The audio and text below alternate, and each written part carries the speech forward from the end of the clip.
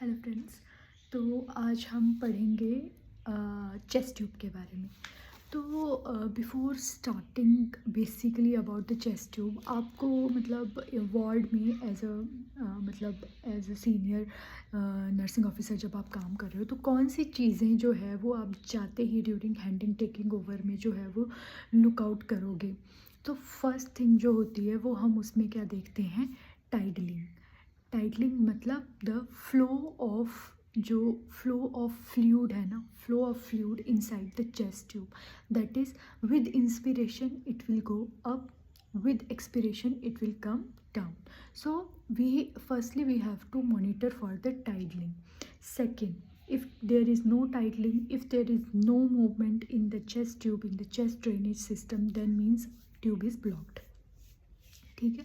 अगर टाइटलिंग नहीं हो रही है और अगर कोई और कोई और हम नहीं उसमें चीज़ मॉनिटर कर पा रहे, तो इट मीन्स कि वो ब्लॉक हो चुकी है। Third is continuous bubbling. Continuous bubbling जो है वो उसमें से अगर हो रही है तो it means there is air leak, और या फिर वो जो है वो अपनी जगह से जो है वो चेस्ट ट्यूब हिल चुकी है। तो ये तीन चीज़ें जो है वो हैंडिंग टेकिंग ओवर के टाइम में मॉनिटर करना बहुत ही ज़्यादा ज़रूरी है। First is tidaling, second is air bubbling और continuous bubbling, and third is no movement. So ये तीन चीज़ें हमें अपने फिजिशियंस को जो है वो फर्दर बताना होता है। सेकेंड चीज़ जो बहुत ही ज़रूरी, आफ्टर हमने मतलब उसका मोशन चेक कर लिया चेस्ट ट्यूब का, उसके बाद हमें जो है वो स्किन साइड भी जो है इंस्पेक्ट करनी चाहिए। स्किन साइड में हमें देखना है कि कोई एडिमा, रेडनेस या कोई फ्लूइड कलेक्शन तो जो है वो उस पार्ट में नहीं हो रही। साइड चेक करने के बाद जो तीसरा होता है कि पेशेंट की पोजीशन अपराइट पोजीशन होनी चाहिए, और पेशेंट को जो है वो हमें continuous breathing in, breathe out, ये सब जो है वो एक्सरसाइज करने के लिए भी बताना है, और स्पायरोमेट्री देनी है। और अगर आपके पास स्पायरोमीटर नहीं भी है तो give him a pair of disposable gloves जो होता है, नॉन पाउडर जो ग्लव्स होते हैं, वो भी आप उसको दे सकते हो ताकि वो ग्लव्स में जो है वो हवा भर सके। तो ये सब जो एक्सरसाइज डेली बेसिस पे जो है वो पेशेंट से करानी है। सेकंड उसमें और एक चीज़ बहुत ज़्यादा ज़रूरी है कि मान लो गलती से आपका पेशेंट का जो चेस्ट ट्यूब है वो निकल गया, तो उस टाइम आप क्या करोगे। In case of emergency, in case if chest tube comes out from the patient, आपको जो है वो उसको अंदर नहीं डालना है, आपने उस एरिया को प्रेस करना है, और आप जो है वो 3 साइड ड्रेसिंग करोगे। तो 3 साइड ड्रेसिंग में जो है वो ये वाली साइड आप ओपन रख दोगे, ताकि ये जैसे कि आपने इलास्टोप्लास्ट ले लिया, इलास्टोप्लास्ट जो है वो हमने इस तरह से लगा दिया, इस तरह से लगा दिया, बट थोड़ा सा ये साइड जो है वो हम ओपन रख देंगे, ताकि जो पेशेंट का जो एयर है वो बाहर को लीक हो जाए लेकिन अंदर ना आए।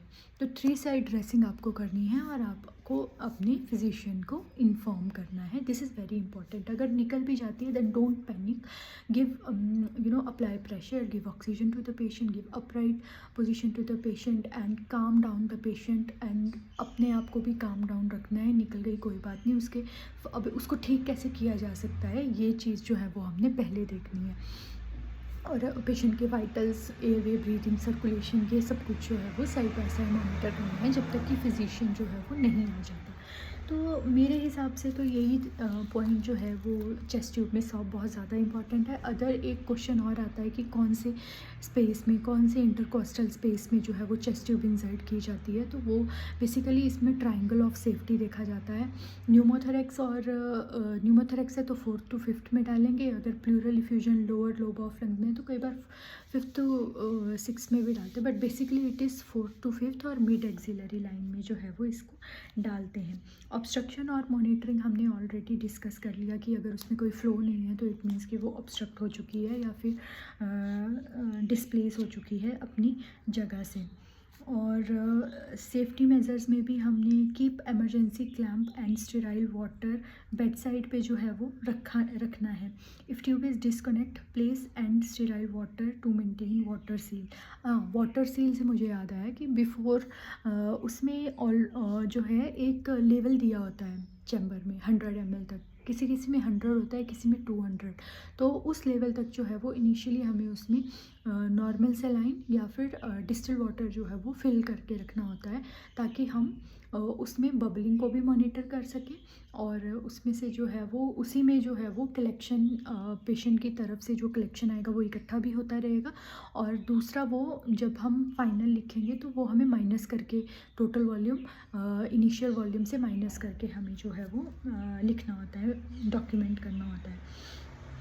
ऑब्जर्वेशन एंड मॉनिटरिंग में बेसिकली हम उसका अमाउंट, कलर, कंसिस्टेंसी, जो फ्लूइड सिक्रीशंस आ रही हैं वो ब्लडी सिक्रीशंस हैं या पस वाली सिक्रीशंस हैं या सीरोसिंगोइनस है, ये भी चीज़ जो है वो हमें इसमें मॉनिटर करनी है। And check for the swinging of fluids in water cell chamber with respiration which indicate patency. Observe for bubbling, we already discussed. And inspect the insertion site for any leakage, infection, bleeding and subcutaneous emphysema, or maintain a sterile occlusive dressing. So these are all the points for the chest tube care. And basically मैंने chest tube insertion assist कराया है, NICU में भी assist कराया है 2 बार, क्योंकि बच्चों को जो होता है ना, RDS, रेस्पिरेटरी डिस्ट्रेस में से जो बच्चे बाहर आए होते हैं उनको बहुत ज़्यादा चांसेस होते हैं न्यूमोथोरेक्स होने के। तो उसमें न्यूमोथोरेक्स वाले बच्चों में तो या तो हम नीडल इंसर्ट करते हैं, या फिर जो है वो कैनुला इंसर्ट किया जाता है, और उसी कैनुला को जो हमारा IV सेट है उसमें से अटैच करके, नीचे से कट करके नॉर्मल सेलाइन की बॉटल में वही 50 ml तक उसमें वाटर भर के वो फ्लो चेक करते रहते हैं। तो ऐसे बच्चों में भी मैंने काफ़ी असिस्ट कराया, और ICU ड्यूटी में भी, मतलब चेस्ट ट्यूब इंसर्शन के टाइम हमने ये चीज़ फॉलो की है। तो do share your ideas, and thank you so much.